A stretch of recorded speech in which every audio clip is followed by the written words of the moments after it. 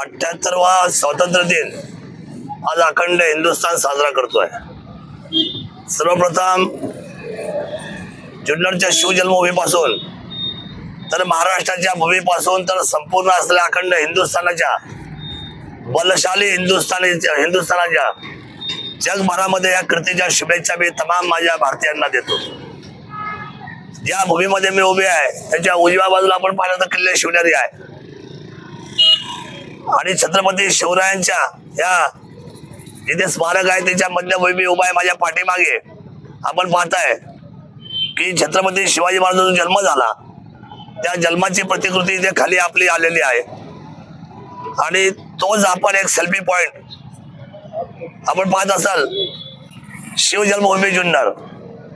शिवजन्मभूमी या शब्दाला विधानसभेमध्ये त्या काळामध्ये मी 2014 ते 19 गाजवलेला अख्ख्या महाराष्ट्राने पाहिलेला आहे। किल्ले शिवनेरी शिवजन्मभूमी या संपूर्ण तालुक्याचा विकास व्हायला पाहिजे।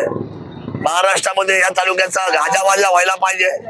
शिवरायांनी आपल्याला खूप दिले, आपण शिवरायांसाठी दिलं पाहिजे असं म्हणत अष्टविनायक असेल, बेल्ला जेजुरी असेल, लांब पल्ल्याचे रस्ते असतील, आपल्या न्यायविधीची असलेली कोर्टाची बिल्डिंग असेल, लांब पल्ल्याचे ब्रिज असतील, मग शिंदे राळेगण घ्या तुम्ही, त्याच्यात पिंपळगाव वाणीमळा घ्या, त्याप्रमाणे तिकडे खोडद हिवरे घ्या, आंबेगावान घ्या, पाचघर घ्या, डिंगोरे घ्या, चिलेवाडी घ्या, सगळे लांब पल्ल्याचे पूल आपण त्यावेळेला केले। बोरीचा पूल पडला तो सुद्धा आपण उभा केला। सांगायचं तात्पर्य एवढंच आहे की हा जो सेल्फी पॉइंट आहे हा आपल्या तालुक्याचा आदर्श आहे। म्हणजे या पॉइंटवर उभं राहून एकदा सेल्फी काढली का ती सेल्फी केवळ सेल्फी नसणार आहे, ती सेल्फी म्हणजे या शिवजन्मभूमीची तुम्ही उभे राहून शिवरायांना दिलेली मानवंदना असणार आहे। ही मानणारा मी माणूस आहे असं मला या ठिकाणी सांगावं असं वाटतं आणि म्हणून याला वेगळ्या पद्धतीची भूमिका करता आता प्रशासन आहे, त्यामुळे प्रशासनाच्या सगळ्या गोष्टी प्रशासनाच्या कागदावर चालतात। आमची असलेली बॉडी डिझॉल्व्ह झाली मधल्या काळामध्ये कार्यकाळ संपल्यामुळे, पण मराठी शाळेजवळ डॉक्टर बाबासाहेब आंबेडकरचा जो पुतळा आहे तिथलं आपण जर संपूर्ण डॉक्टर बाबासाहेबांच्या पुतळ्याचा जर संपूर्ण तिथे जी डेव्हलपमेंट झाली, किंबहुना आपलं बौद्ध विहार आहे खाली पाडळीच्या भागामधले आपल्या जुन्नर शहरातल्या शेवटच्या टप्प्यामध्ये, तिथलं जर आपण डेव्हलपमेंट पाहिली आणि ह्या जो सेल्फी पॉइंट आहे या सगळ्या संकल्पना शरद सोनवणेंच्या आहेत।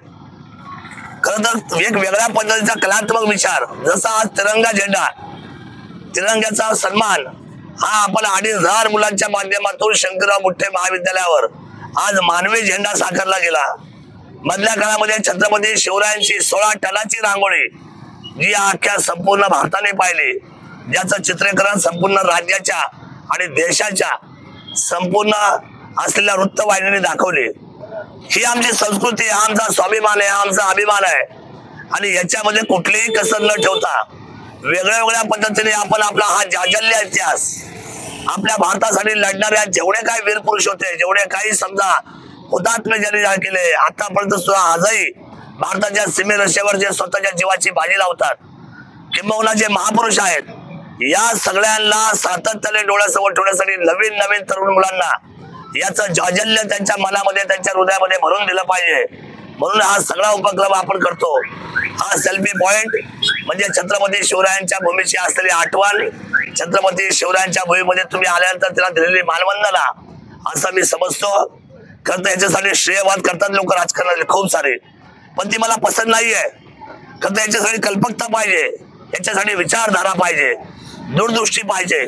दूरदृष्टीशिवाय छत्रपती शिवराय म्हणजे दूरदृष्टी होती, विवेकानंद म्हणजे दूरदृष्टी, डॉक्टर बाबासाहेब आंबेडकर म्हणजे दूरदृष्टी, महात्मा ज्योतिबा फुले, सावित्रीबाई, अहिल्याबाई होळकर, अण्णाभाऊ साठे असे हे सगळे दूरदृष्टीचे आपल्या सगळ्यांना भेटले रत्न होते। ही रत्न महाराष्ट्र आणि हा भारत म्हणजे रत्नाची खाण आहे।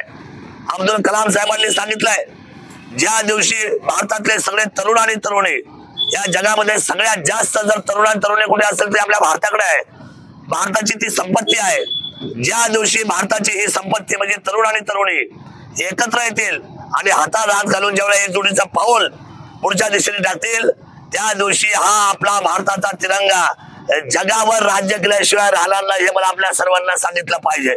त्यामुळे मी अब्दुल कलाम साहेबांच्या या असलेल्या शब्दाला सिद्धता मिळावी आणि आपल्या तरुणांनी तरुणीने निर्व्यस्तीपणाने या स्वतंत्र भारताला अतिशय बलशाली करावं अशा पद्धतीच्या सद्भावना आज स्वातंत्र्य दिनाच्या निमित्ताने व्यक्त करतो। तमाम भारतीयांना जगामध्ये या भारताचा तिरंगा घेऊन चला त्याच्यासाठी शुभेच्छा देतो।